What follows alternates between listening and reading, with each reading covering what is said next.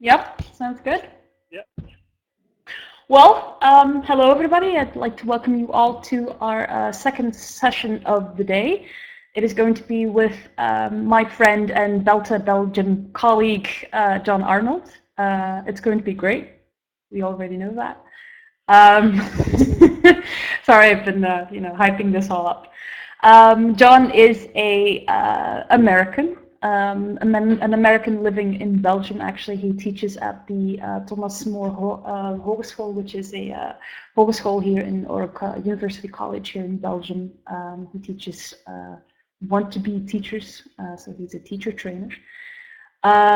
He is also, next to being a wonderful colleague and a good teacher, he's also the author of 2 English course books, actually.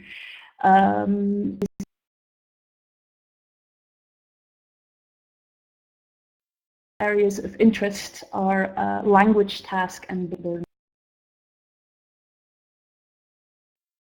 and flipping the classroom. He did a very nice session of flipping the classroom, actually, at the last IATEFL, which was very well received also. Today he will be talking about, or he will be giving us, which is always nice also, 7 formative assessment tools, so from low tech to high tech. So it promises to be a very practical session, which is always nice to have because we can listen to that and take away a couple of very, couple of very practical things that we can just implement in the classroom, which is great. It's nice to have the mix between theory and then have a couple of practical things to go with that. So Don, you have the floor, as they say, and well, lots of success. Great. Thank you, Ellen, for that very nice introduction. And welcome, everybody. As Ellen said, I work at Thomas More University College. I work at the campus in Mechelen, and I teach future teachers of English. So this is formative assessment tools, and assessment is a big area of what we do in my course. I teach in the 3rd year primarily. And as Ellen mentioned, I also flip my classroom. And so therefore, formative assessment is a very important tool for me, and I hope to share with you in today's session some of the things that I use that are from a low-tech area to a high-tech area with my future teachers and also with my adult students that I teach at night. Um, they like a lot of these tools as well. Actually, the adult students seem to like the low-tech tools a lot better, so that's why I included them. In the upper left-hand corner of your screen, you'll see a box with 2 files, and one of them is mine, which includes all the links to the tech tools that I'll be mentioning today. Feel free at any point to download that document and refer to it during the session or after the session. It'll also be linked in the program. So with that, we'll get started. I plan to talk about really 2 basic categories: defining formative assessment and unpacking it. What exactly does it mean for us as teachers? And then 7 categories of tools that I'll talk about today. So there you can see it. And remember, just with all the presentations, the slides, and the recording will be available this weekend on the program, so you can always go back to all of this. So before we get started, why don't you very quickly in the chat box just define the term formative assessment. How would you define the term? Just take a minute, write in the chat box, and let's see what everybody has to say.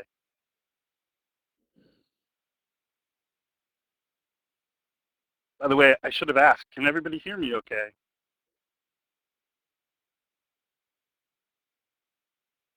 Thanks, Shen. Informal assessment for learning. Thanks, Teresa. Thanks, Miguel. Thanks, Jennifer. Thanks, James.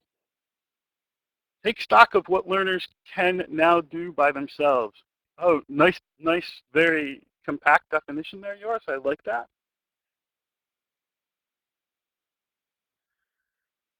Um, In my work, I work with a book called Embedded Formative Assessment.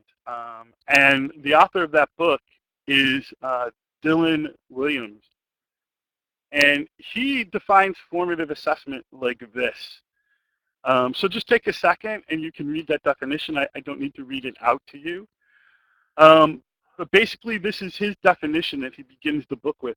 And his organization does a lot of work on assessment, particularly formative assessment. You can check out his website, the Dylan Williams Learning Center, as well for more information. I'll type that in there. So that's basically what he says. And I really believe in that definition. And that's the definition I give to my students. But a definition needs to be unpacked. And what he does, he unpacks it like this. He says that when we look at formative assessment, we have to look at it from three different perspectives. Us as the teacher, the student's peers, and the student himself or herself. Thanks, Miguel.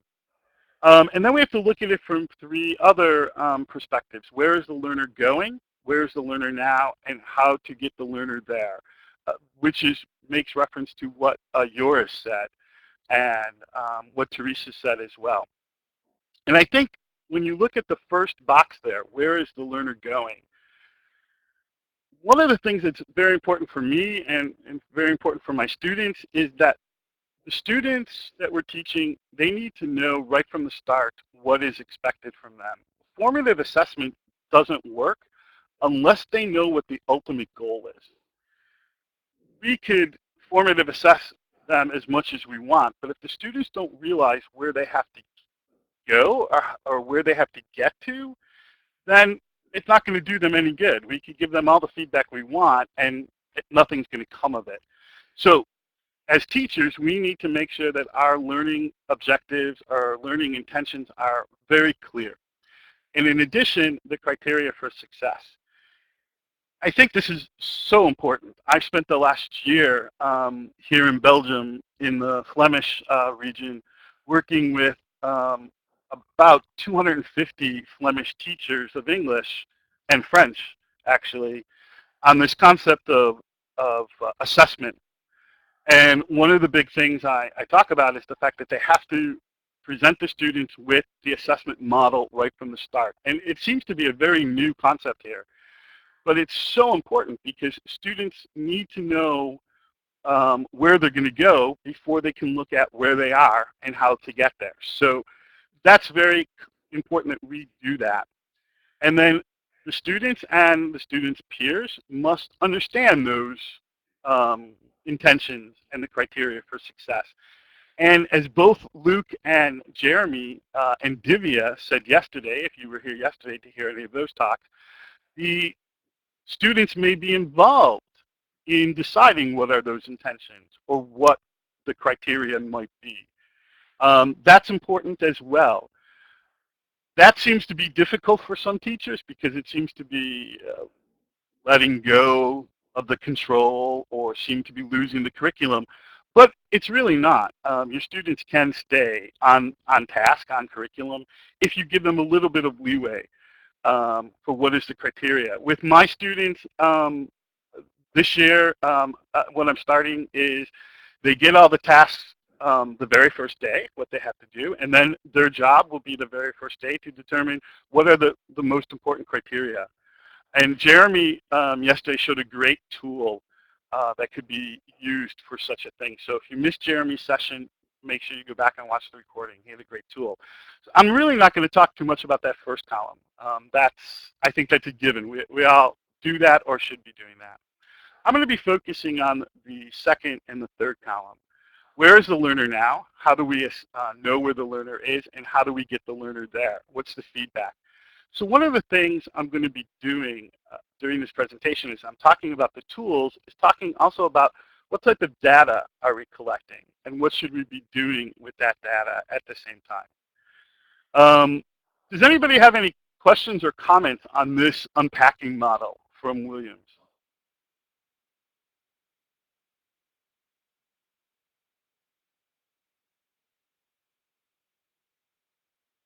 See, Teresa's typing something. Hopefully,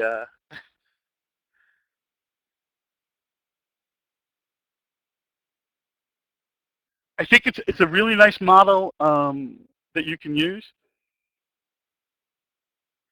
Yes, definitely, Teresa. Reflecting on their learning is part of the process. It's not something I'm going to talk about today because the actually the feedback and the reflection, that's a whole nother session I could be giving. So the feedback I'm going to talk about today is just a little bit of it, and hopefully at some point in the future, I can do another session on how you give that feedback and how the learners reflect on it. Because without that process, formative assessment just does not work. So thank you. That's very good. All right, let's take a look at some of the tools. So I divided the tools into 7 different categories. The first category, classroom observations, activities, and tasks. Um, these are the things that I think we do normally. You don't need to do anything too special here. This needs to be really what are the activities you've already planned, what are the tasks, but then your job is how do you collect data during that process. So let me start by talking about a couple of the things that I use with my students. Because my course in the teacher training college is flipped, I begin every single lesson with some sort of activity or game um, where I assess what have they learned from watching the videos for today's session. I use things like a lot of sentence strips or question strips where they have to ask each other the questions and then switch, or use activities like picture this or games. On the high-tech end, I sometimes will make a Jeopardy board that we can play individually or in groups, or use Kahoot. Um, and if you saw Miguel and Lewis's session on Kahoot, um, then you know exactly what I'm talking about. If you don't know what Kahoot is, it's this great tool for creating sort of like Jeopardy-like environment where the students get to interact. And it's a great, great tool. So if you didn't see Miguel and Lewis's session, I was watching it while I was listening to Teresa, multitasking for a change. You can catch the recording later this weekend because it's a great tool to use. And my students, especially my adult students, they love this tool. They absolutely love Kahoot and they love Jeopardy. And they also, surprisingly, love to play the games. My teenage students, they don't prefer the games as much, but my adult students love to play the games. So while they're doing these activities, I am going from group to group or listening to pairs talking, and I'm taking notes, and I'm observing what have they picked up. Are they using the key vocabulary or the key structures or the key patterns? And then I use that information. um, I give them the next activity is usually something very quiet activity, and then I can review that information very quickly to determine what do I really need to do in this lesson today. And that too is the key. As teachers, we have to learn to be flexible, and it can be very difficult sometimes for my student teachers to learn to be flexible because we teach them in a very non-flexible manner. They have this learning plan that they have to develop and they have to follow, and if they don't follow it, yeah, then it's not good. But that's not true teaching. True teaching is teaching that's flexible and it can change on the spot. And that's what we need to do when we're formatively assessing our students. So what are some ways that I can do this for this category? Well, Post-it notes and clipboards. I may have a little clipboard with me with notes. And I like to use Post-it notes in this case because I can categorize them back at my desk. To do. Some teachers like to take anecdotal records. That works as well. But for me, Post-it notes allows me to quickly sort and see what I need to work on. I may use an activity called a 3-2-1. This activity is A simple activity, students have to, there's lots of ways you can do it. One way I use it is they have to summarize something in 3 sentences or in 2 sentences, then in 1 sentence. Can they really get to the root of what the concept is about? I also use the 1 minute paper. The 1 minute paper is something where the students can, you give them 1 minute to write on the topic and collect that and review it very quickly. Not necessarily, you're not reviewing it for writing, you're reviewing it for what have they gained. I also use the RS2 model, which is you ask students to recall something for 2 minutes, summarize something for 2 minutes, write a question or two for 2 minutes, and then connect it to other things that we've learned. And I have a form that I use for this with the students, and then they hand it in, and again, it's something I can quickly go through. A last low-tech thing I use is I have them write a headline, a newspaper headline for the content. So this works well with my adult students where we're working with very thematic concepts. And I have them write, if they've read something or had to listen to something for homework, I have them write sort of like the global idea in a headline. And that tells me if they've understood it or not understood it. So these are techniques that are very low-tech techniques, and they all work very well in the classroom. On the high tech end, I use a lot of different tools with my students. I try not to use the same formative assessment techniques from one class to the next. I try to vary it, and I try to vary it from low tech to high tech so the students don't become too bored with the material. I use Twitter a lot. My students have to have a Twitter account. And oftentimes we have our own, for our classroom, we have our own hashtag. And then I'll say to them when they come in, okay, write a tweet, that's 140 characters, of what you learned last night. And then I can quickly bring them up on the screen and we can review them very quickly to see who has learned what. All my classes have a Facebook group. I can ask them the same thing to write a Facebook post in 2 or 3 sentences that summarizes something. Um, this tool, ClassPager, is something that's I really like as well. I mean, a lot of our students have these smartphones now, and SmartPager is something where their ClassPager is something where you can send a text to your students from your phone, and they can send you the answers, and everybody can see it, but it hides the phone numbers so that the students don't see each other's phone numbers and things like that. And it could even hide your phone number if you don't want the students to have your phone number. But all my students have my phone number, so it's not a problem for me.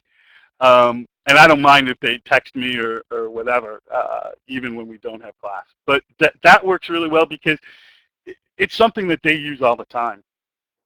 Two other tools I use. Today's Meet is a back channeling tool. Um, it allows me to, all my students in my day program have to bring a computer to every single class or a tablet or something that connects to the internet. And today's Meet allows the students to, as we're having class or as we're beginning class, to post comments. And then I have the main screen open on my computer, and I can project it or just look at it to see, are there questions, are there problems? Back channeling is a great tool for any classroom. It also allows the students can sort of talk to each other without disturbing the rest of the class. And then, but it's all recorded, or it's all seen by everybody, so that it stays within the parameters of the class, which is nice. The last tool I use for this is Flipgrid. I really, really love Flipgrid because both my students, um, my adult students and my day students, communication is key, and they need to practice their English. And Flipgrid allows the students to answer a question, and while they're answering the question, they record themselves with their webcam and their microphone, and then it saves it in this environment, and I can listen to their answer, and then I can respond with a video myself to their answer, or other students in the class can respond to their answer with another video. So it serves multiple purposes for me. It allows my students to practice their English, and it allows me to get an oral summary of what's going on. I noticed that yours has a question, so let me just address it real quickly. What is the value in just lining up people's tweets on a screen, John? How do you use them for learning purposes? Yeah, in this case, yours, I'm lining up the tweets that go with our hashtag just so we get a quick summary of who said what for that question for that day, or for if they have to summarize the lesson for that day. So it's just to allow us to see very quickly who's saying what, and then I can respond.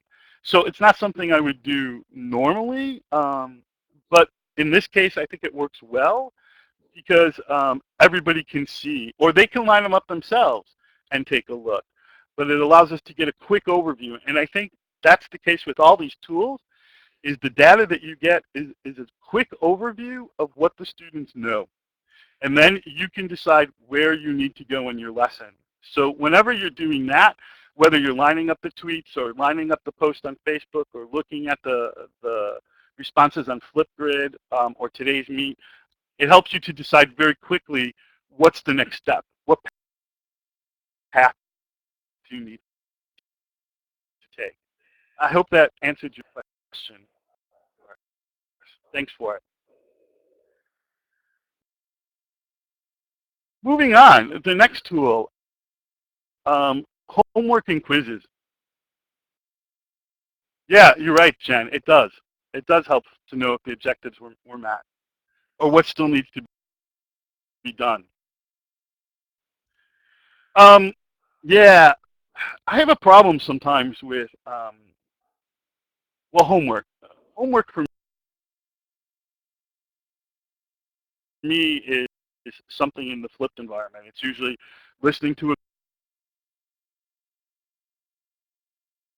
video or a series of videos and answering questions for my day students. And for my evening students, it's usually, unfortunately, grammar practice. That seems to be their weakest area. So I I do a lot of pop quizzes. I don't tell them there's going to be a quiz, but after they're in my class for a while, they understand.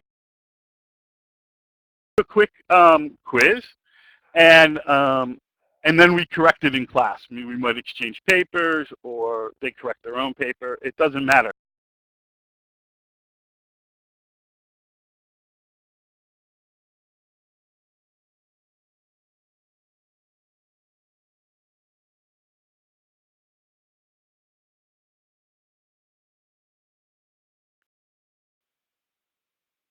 Sorry about that.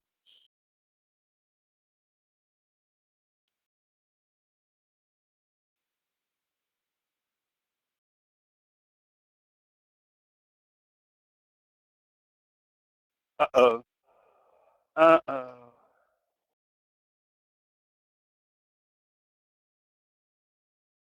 Uh, I'm gonna see if I can stop my webcam.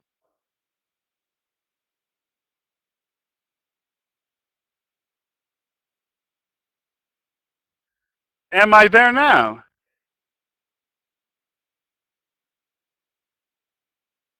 Okay. Thank you, everybody, for letting me know. So I don't know what I said before I froze up. So very quickly, with the pop quizzes, it's just something I use not for a grade. It's just something I use for the students to recognize where they are now. When it's grammar, I will collect them at the end so that I can see, do I need to reteach this grammar concept? And it's usually something I reteach later in the lesson, not right away. Another thing, if you do need to get a grade from the quiz, what you can use is what's called a constructive quiz. You give the students a quiz, and on the answer, however, and they put the same answer. On one half, they have 1 through 10, let's say, and on the other half, they have 1 through 10. And if the answer for question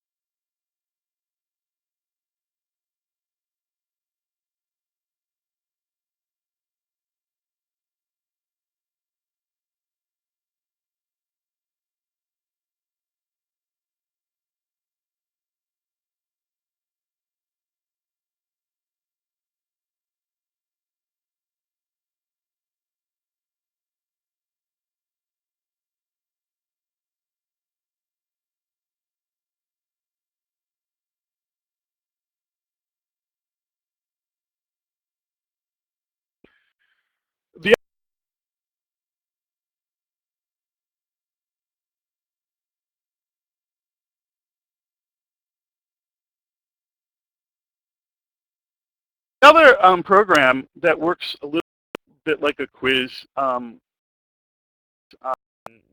is the last one,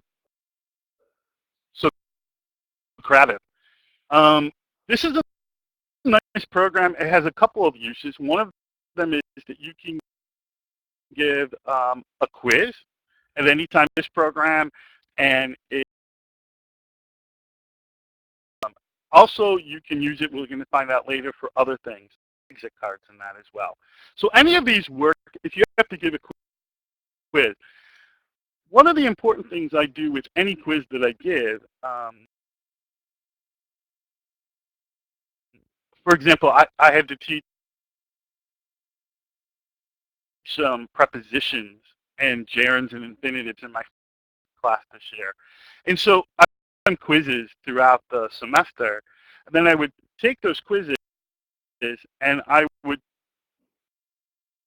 they were all gap fill, I think, in all those cases, and I turned the gap fill questions into multiple choice questions. So I looked at which ones did they consistently get and what answers did they put. And I used that information to create my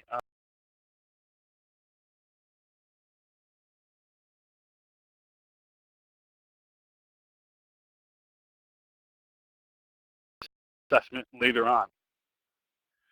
Um, okay, moving on to the Ice Age in Belgium. That's funny, but yours. Okay, the next category, question and answer session. There's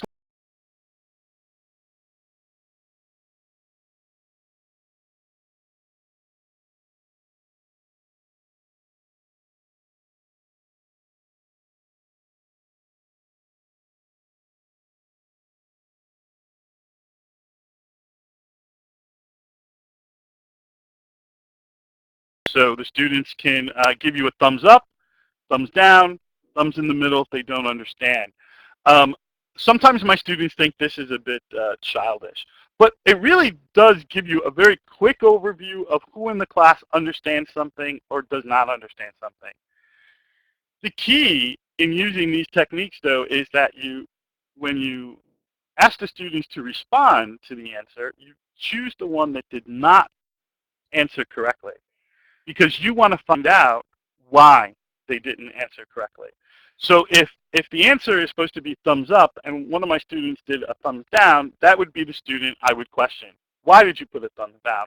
What did you think the answer was? And then that information, sometimes I'll record it. Maybe I have to come back to it later. You can do the same with, if you're doing a multiple choice, you can make it 1, 2, 3, 4 and have the students put up 1 finger, 2 fingers, 3 fingers, whatever. And it works the same way. What my students, they don't really favor that. They seem, they want to put their hands up for some reason. I'm not sure why, but maybe they're afraid they'll have dirty fingernails or something. I'm not sure, but they don't really like those. So I started using with my students individual chalkboards and individual whiteboards. So I have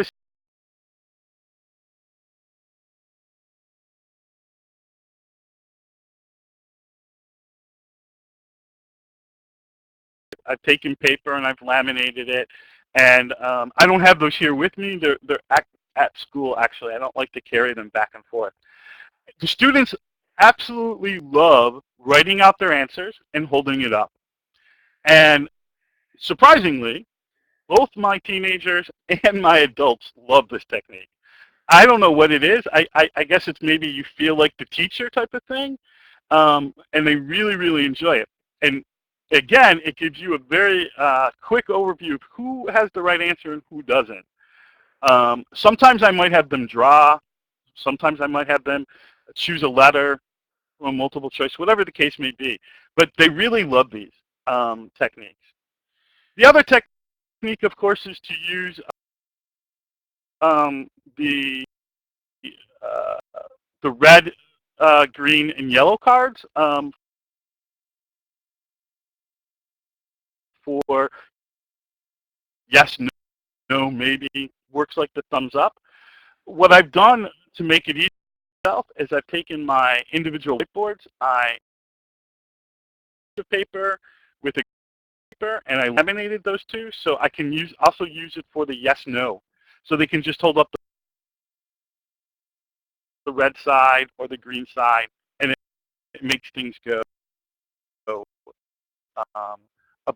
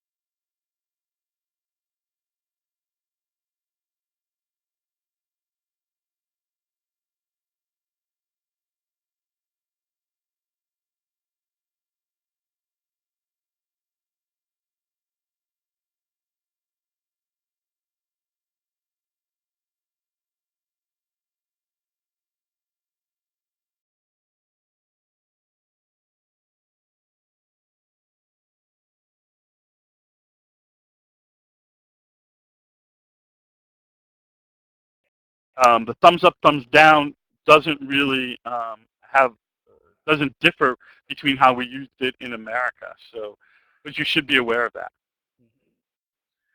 Uh, yeah, you can get mini whiteboards, or you can laminate them yourself.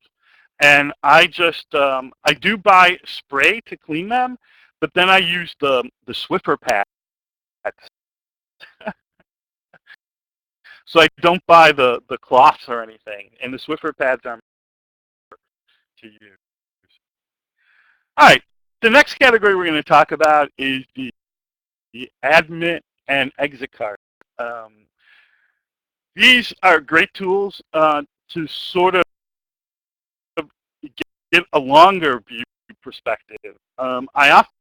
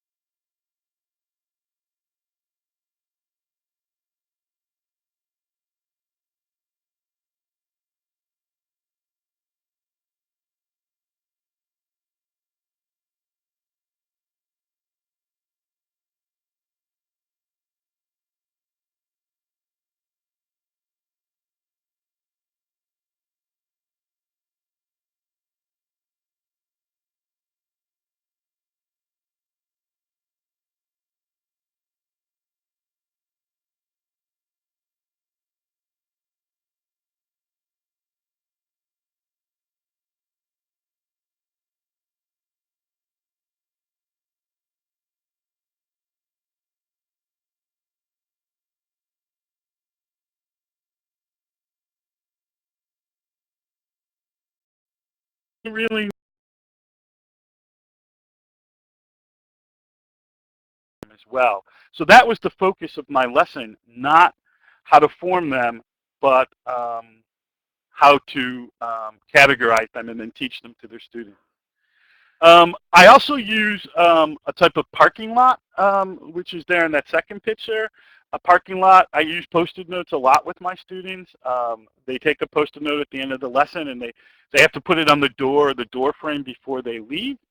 and then I collect them, and again, I can categorize them. So we call that our parking lot. You can do something more formal. I'm not always in the same room when I teach, so I can't have one area dedicated to a parking lot like some teachers can. I also use a Padlet, which is in the bottom left there. Padlet is a nice online tool, sort of like a Facebook group, but you can do a bit more with it, and the students can add stuff to it. So I often will ask them to, I'll put admit cards or exit cards in Padlet, the Padlets that we have for the class, and then they can respond there as well. And then Socrative also has an exit ticket. You can decide what your questions are going to be before the class, and then at the end of the class you can post them on your projector, and then the students can answer them online, and you can collect the results that way. So that works as well. Moving on to the next category, conferences and journals. Um, Conferences are very, very important, and they're really, really important in the feedback stage, where you're collecting information and then you're sharing it with the students. Um, but it's often very hard to find conference time during class. I don't know about you guys, but I only get a very limited amount of time to teach the concepts. And the concepts I have to teach in my third year are very deep concepts. And so we're very busy with those concepts. So finding time in class to conference can be very, very difficult. What I found works for me and for the students is a variety of audio and video tools, and also print tools. So like EduBlogs or Wikispace's Classroom. Um, my students set up their own Wikispace or their own blog, and then I respond to it. It's something that we try to keep a limited number of people looking at. So if they want to get a little bit personal, they can. The other tools I used, the Penzu, the OVO, and any meeting allow my students to record or to meet with me face to face. Any meeting is sort of like this environment here or like Skype, but it's free.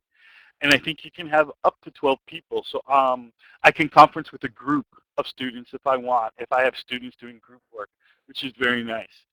Um, Also, the OVO is an audio site, and it allows the students to sort of put up like a podcast, and then I can respond with my own podcast. So again, I vary these tools so that it's always the same. Uh, I have not used, what is that, iJot? No. Is it any good? Should we add it? We can, if you put the link in there, we can add it to the list for everybody. But I've not used it. So maybe if you can tell us a little bit more about it, we can add it. So it's very good. Okay, okay. Thank you for the link. Is it a video tool or an audio tool, or both? Video. Okay, great. So there you go. There's another tool. I love these sessions where I love learning new tools. So I'm going to be trying this one out over the weekend for sure.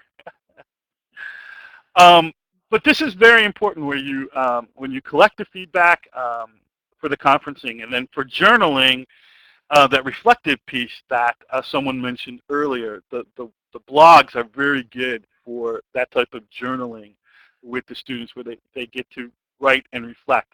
I don't do too much reflection with my students in the evening, but I do conference with them because it's important that they get face-to-face time with me to discuss their whatever issues they may be having before the final exam comes up. I do that, and they do like it. Sometimes the problem is with my adult student finding a time that's convenient, so between our schedules. But I usually conference at least once once a semester with every adult student, and I usually have between 18 and 20. So I just do it over time with my students. So it does work. Okay, in terms of this was that. I'm sorry, that heading is wrong. This should have been with peers, not with with feedback. I apologize for that. Um, I do a lot of work, and any of these tools that I've shown you previously, a lot of them can be done in pairs or in groups. I think it's important that students get a chance to think and discuss the answers before they actually share them sometimes out in class. And having them work in pairs or groups allows for that to happen. And if you're not doing that, then of course it's important that they have wait time so that they can think about the answer. But often with the individual chalkboards or the individual whiteboards, I have the students working in pairs or in groups. They have to discuss the answer and come to a consensus on the final answer, and then one person has to share it, and they have to be the person that has to explain it. So they have to know why the group or the pair chose that answer. And that's very important.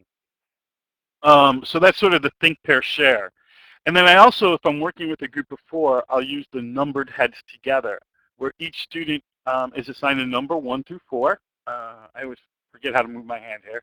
1 through 4, and then what I'll do is they'll talk about the answer. Everybody has to make sure that they agree with the answer and they know why they chose that answer. And then when it comes time to share, I pick one of the numbers, and that is the person who has to share out the information and explain why. And this works really, really well with students who have a low confidence. They they hear the answer from their colleagues. They know why the answer is right, even though that might not have been their choice. And then when they share it out in class, they're right, and it starts to build their confidence. So if I have students that have lower confidence, I often will use the numbered heads together. Um, Meeting words. With my day students, they do a lot of work in groups, and they often need to collaborate on a single document. Meeting Word is just a free site that allows students to collaborate on one document online together.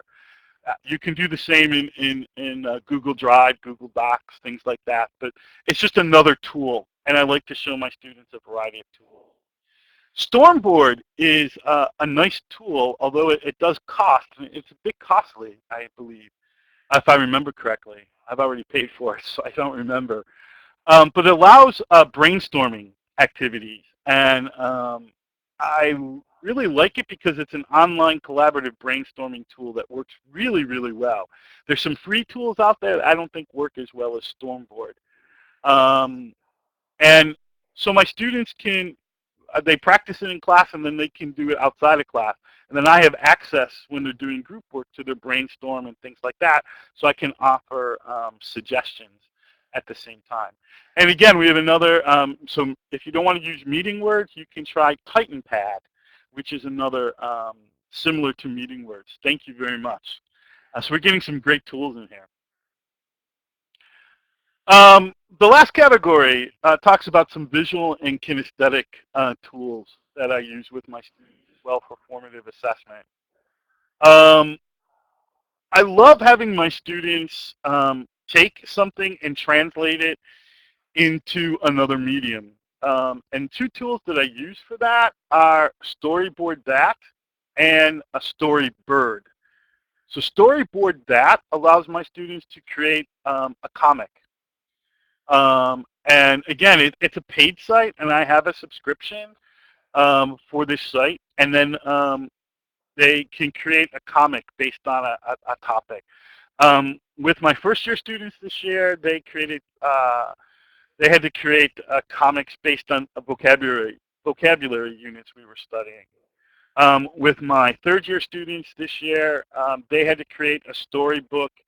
I forget what the topic was, but they had to create a storybook in a Storybird. And Storybird allows them to create sort of like a picture book. They can choose from a variety of pictures or picture sets and then add text. And so it's a nice tool for them to translate stuff.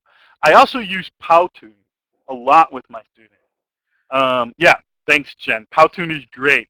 My students make movies, animated movies in Powtoon. And again, I thought it was so good, I bought a class subscription so that all my students can use it. Although I think they can, if I remember correctly, they can use it for free. I'm not sure what the limitations are.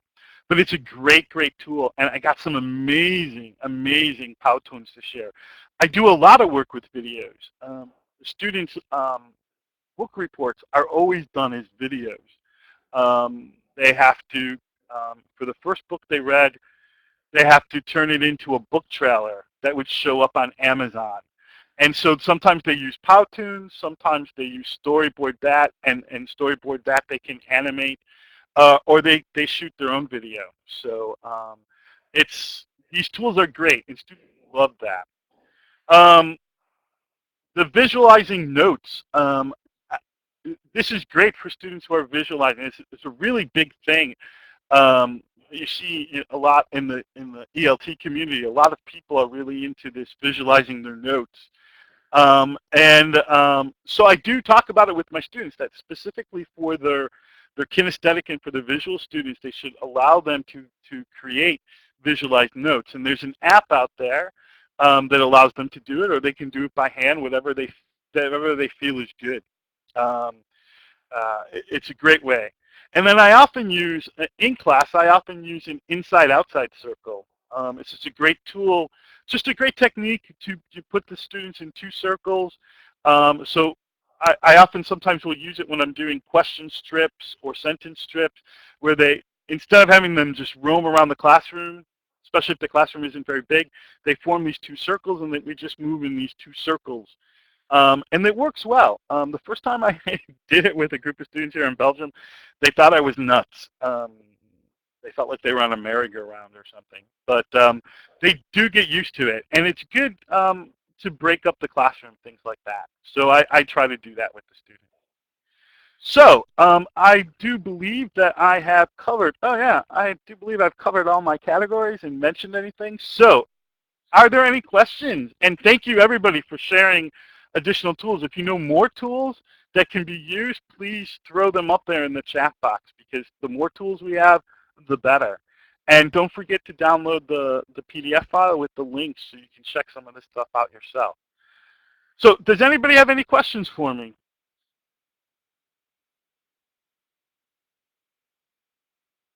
What is good about these tools?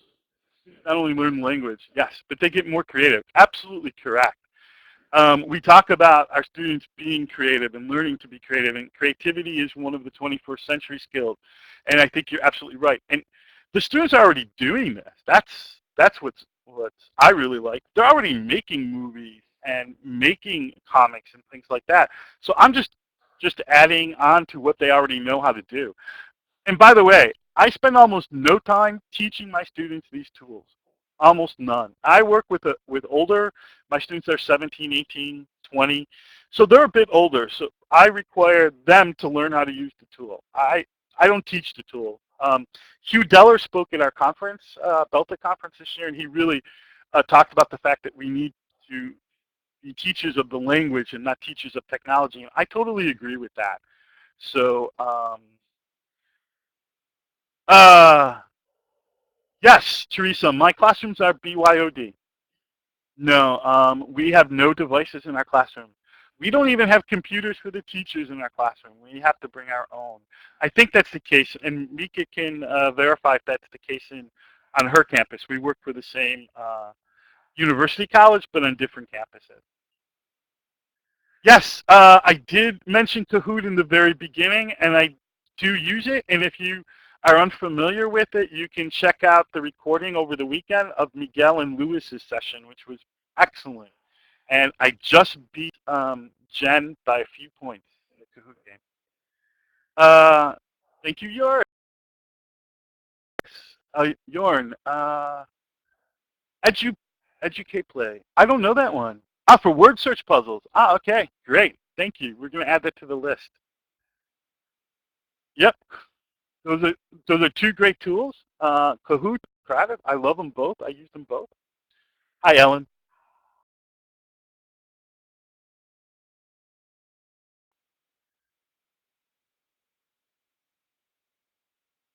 James. Hello.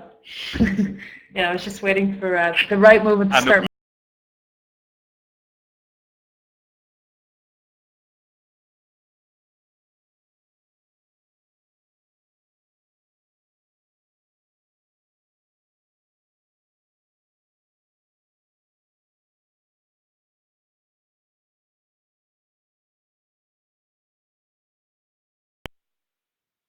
Great. You were having such a good chat with all of the our attendees. So I'd just like to thank you, John, for another very informative session. Thank you, Ellen. Thank you, everybody. We've taken lots of concrete examples. I'm going to things that stop we the can recording. take to the classroom and actually try out, which is also always great because